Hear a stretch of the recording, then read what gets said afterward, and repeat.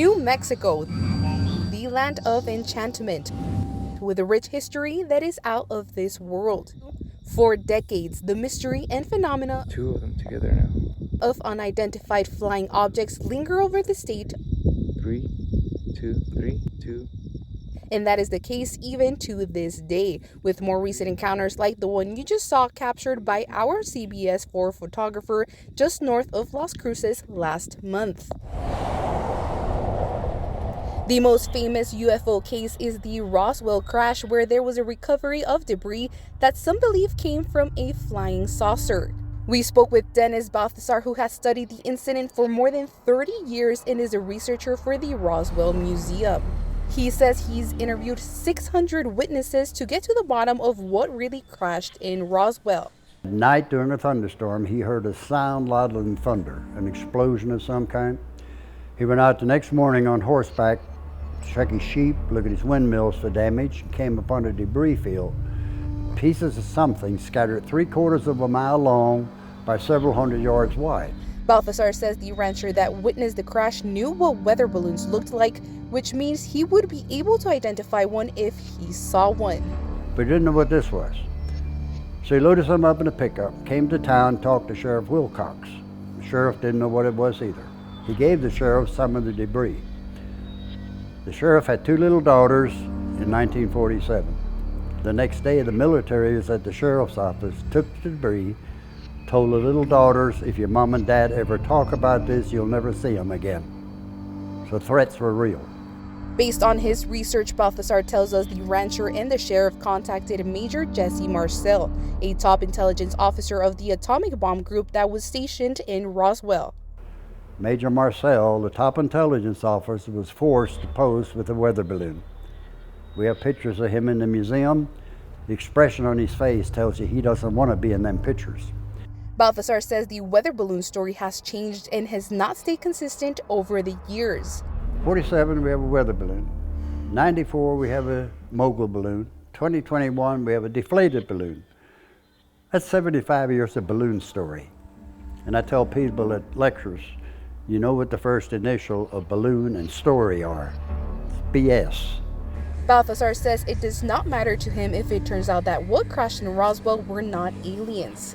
He says he just wants to know the truth.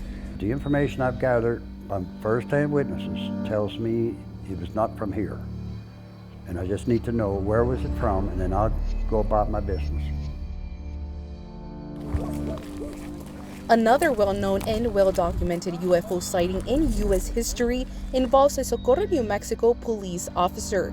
Here they are. There's 1, 2, and there's 3.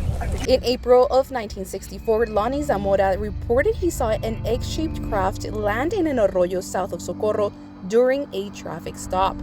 Socorro Mayor Robbie Basker took us on a tour of the site. In an interview following the incident, Zamora stated he saw bright blue flames and heard a loud roar before the object lifted away. Lonnie said that it came down and it landed, hovered, and then it took off again. He was convinced that that was a UFO that came down. I spoke with Robert Olguin, who witnessed the aftermath of the landing. Olguin was in the 6th grade and was on his way to the grocery store with his father when they saw Zamora and many residents gathering at the site. We started looking on the ground and we saw some like charred bushes, kind of burnt. The guy said, we'll start circling this thing, so anything you see. So we kind of spread out and we saw little, they were actually pretty predominant shaped circles.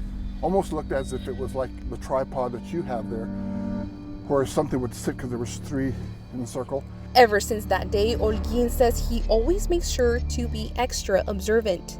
And I look in the skies all the time. Once in a while I sneak up over here when I feel like I want to bond with the While there are many skeptics out there about what Zamora witnessed, the craft that Zamora saw that day still has not been identified.